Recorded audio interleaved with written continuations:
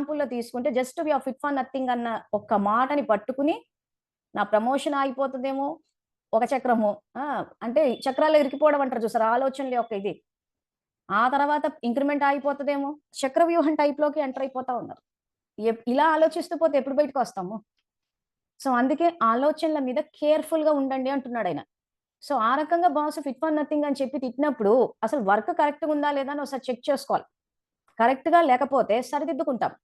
కరెక్ట్‌గా ఉన్నా అన్నాడనుకోండి boss, so, అప్పుడేం జేయాలి? అప్పుడు మన స్థితిని స్థిరంగా పెట్టుకోవాలి.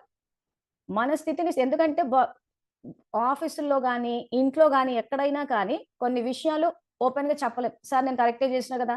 ఎందుకిలా మాట్లాడారు? ఏంటి?